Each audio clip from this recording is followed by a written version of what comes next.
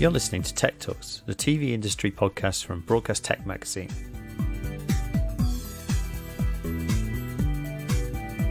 My name's Jake Bickerton and I'm the editor of Broadcast Sport and Broadcast Tech magazines.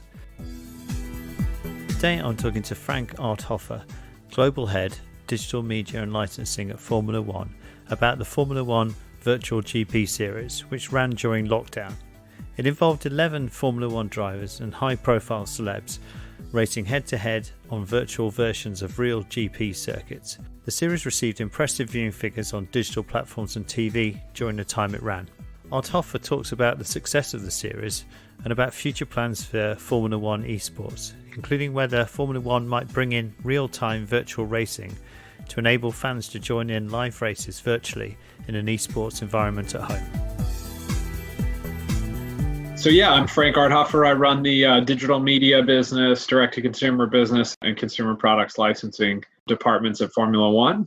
And as you can hear from my accent, I came from the US of A, so was previously working at Disney, ABC, ESPN, and then after that, leading products and projects for Boston Consulting Group in the tech and media space. Are you based in the UK now then? Very happily based in Notting Hill, which passes the test all Americans have of did a Hollywood movie popularize my neighborhood? It's an essential criteria to tick off, isn't it? The virtual GP series come to an end now, but it seemed to happen quite quickly into lockdown. Was it something that you were doing anyway and you've kind of put into a bigger space with bigger names behind it, or was it something brand new? I think for us, what's always been exciting about the video game business for Formula One is a couple of fold. One, when we took over the business, we really only had one franchise, which was, the core F1 game with Codemasters who do a terrific job. But, we always felt that there was an opportunity in racing to service a number of different fans across a number of different formats. So we now have a management game.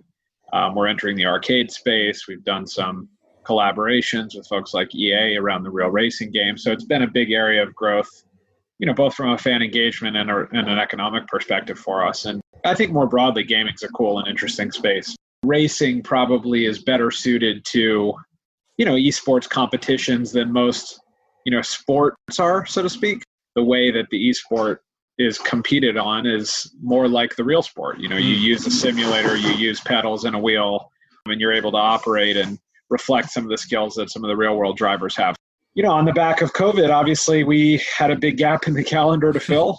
The notion of building a really big event with the absolute pinnacle racers and the absolute pinnacle teams in the sport racing virtually is a very interesting proposition as we think about the long term in terms of building suspense and, meaning in esports. And I think you pair that with great TV production capability and great creative minds who have been producing big sports events and building that suspense for an entire career. And it starts to become an interesting business. It got 30 million views across mostly digital, but digital and TV platforms during the lockdown period. Viewers, I believe. Viewers, is it? Okay, that's interesting. Right, yeah. Those are impressive figures. Are these people that kind of esports fans or motorsports fans?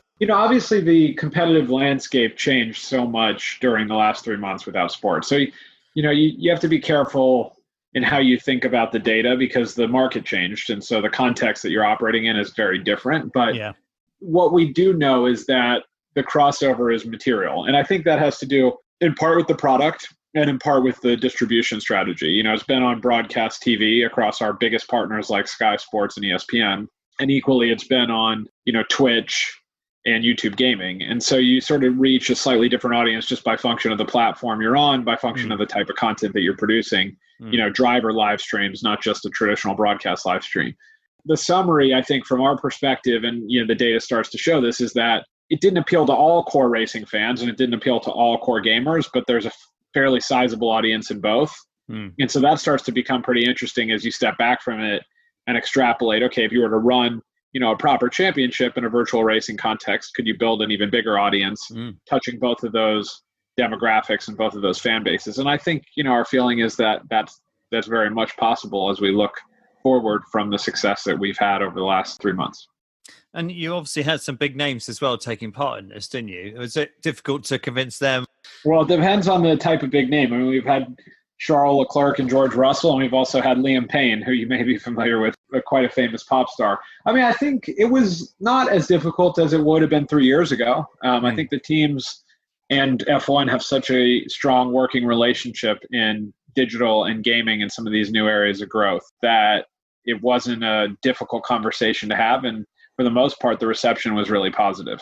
I also think the nature of what it was made it a little bit more accessible. I mean, it was raced on the Codemasters game. It was ultimately a fun product. It wasn't every driver on the grid racing in the absolute, most competitive and difficult to use simulator in the market. So I think the notion of it being presented to the teams and to the drivers as a fun opportunity to engage with fans and do something new made it an easier sell. And the experience was a rich one and something that they'll look to do more of in the future.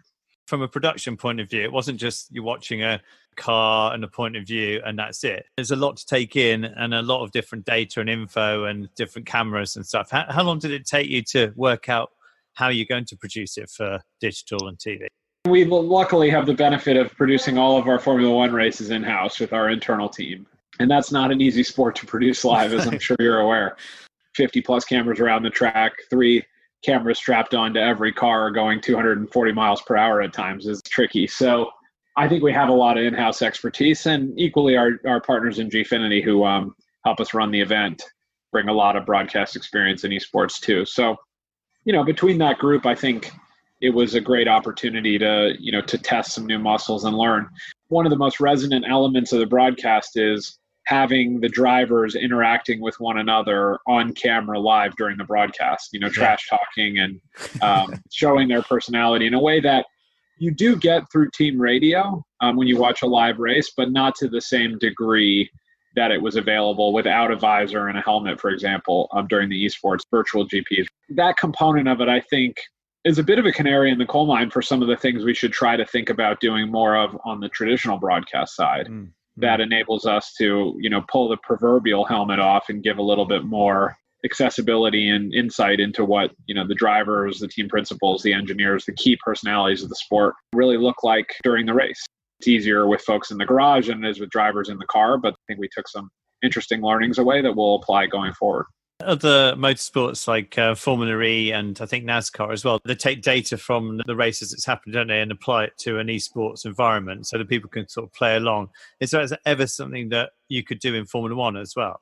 Yes, it is. I think the challenge there is that those products at this time are wildly unproven in terms of being a great fan experience. And so for us, while we learned a lot in this experience around moving quickly, testing and learning and trying to adjust on the fly, I think, we are the pinnacle of racing and we need to make sure if we launch that experience that we get it absolutely right. And I don't think that that's been cracked yet in the market. And so we're working on that with our partners across the gaming portfolio, but we want to make sure that we really build a proposition that is really, really meaningful and compelling for fans. It's not just something that, is a lot of sizzle, but no steak. Nice one, Frank. Many thanks for doing this. Cool. Talk to you later, Jake. Bye-bye. Bye-bye. I hope you enjoyed this episode of Broadcast Tech Talks podcasts. Subscribe now and I'll see you next time.